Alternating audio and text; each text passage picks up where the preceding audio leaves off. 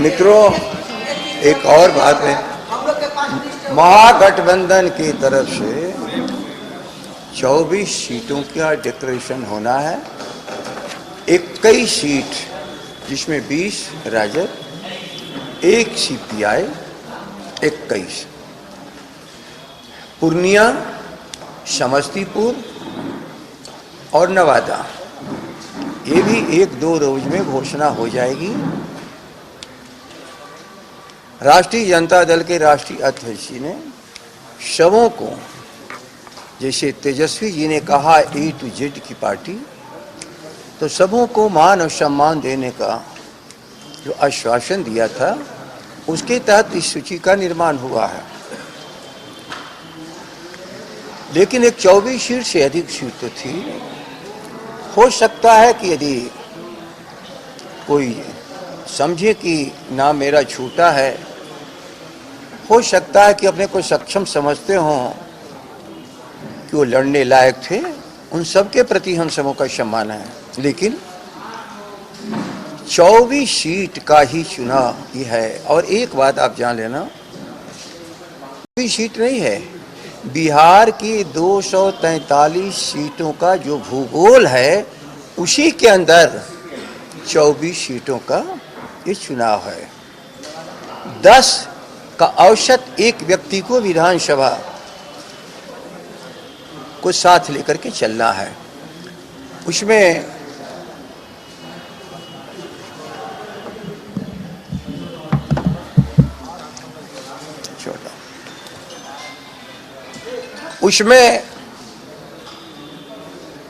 यह चुनाव विधानसभा लोकसभा का नहीं है, लेकिन जितना भूगोल बिहार का समाहित होता है विधानसभा और लोकसभा के चुनाव में, वो पूरा भूगोल, पूरी आबादी समाहित होती है इस प्राधिकार के चुनाव में। फर्क केवल ये है, चलिए, मतदाता का चुनाव हमारे आम जन करते हैं और उनके द्वारा निर्देशित और चयनित सभी लोग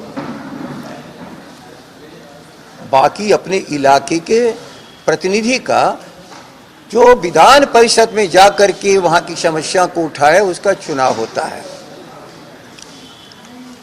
आदरणीय तेजस्वी जी ने कल एक बात कही है और उसका मैं देखा कि गलत अर्थ, सरकार के भ्रष्टाचार के खिलाफ आम जनता का ये विद्रोह रहा। हाँ, उसका प्रतिफल हमारे पुराने साथियों को भुगतना पड़ा। वे पुराने साथी जो कहीं से गुनाहगार नहीं थे, याद रख लेना, कहीं से गुनाहगार नहीं थे, लेकिन सरकार के गलतियों का खमियाजा उन्हें भुगतना पड़ा। उनके भ्रष्टाचार का, उनके अफसरों ने भ्रष्टाचार किया, लूट लिया सारा पैसा।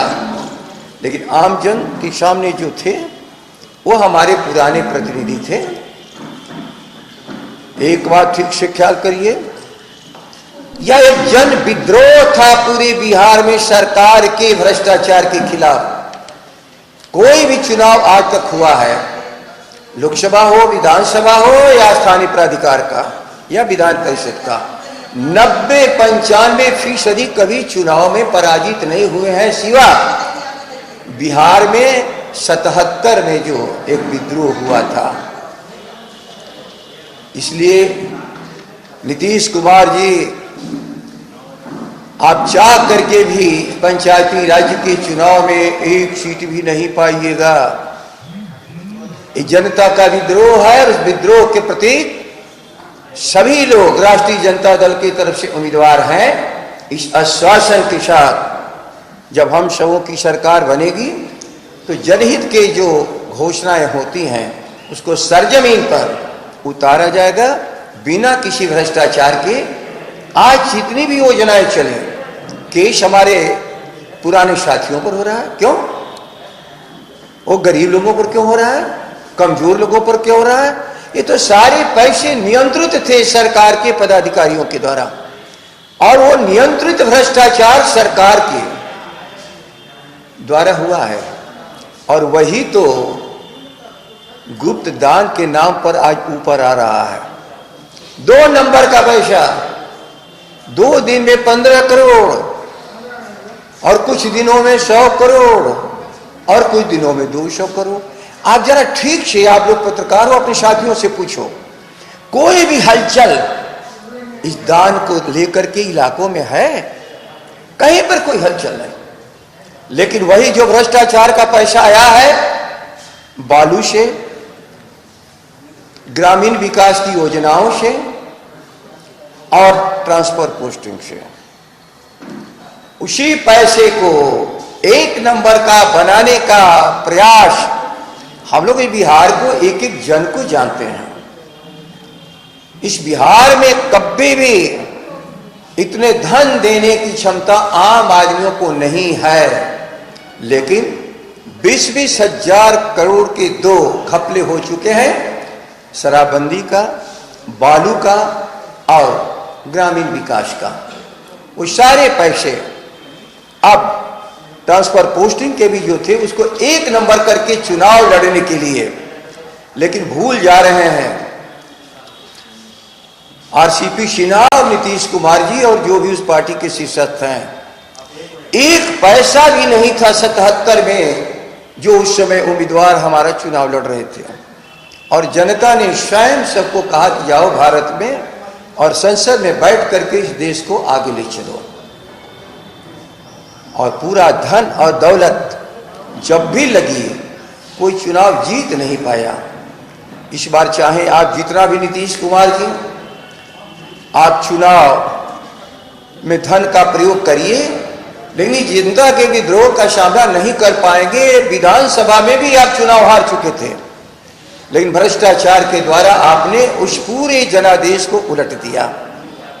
इस बार का जनादेश आप नहीं उलट पाइएगा, और ये जनादेश भविष्य के रास्ते को भी एक रोशनी देने का काम करेगा कि बिहार की जनता क्या चाहती है, इस भ्रष्टाचार की सरकार को, या नीतीश जी ने जो इस भ्रष्टाचार को बिहार में जन जन तक, गांव गांव तक पहुंचा दिया, या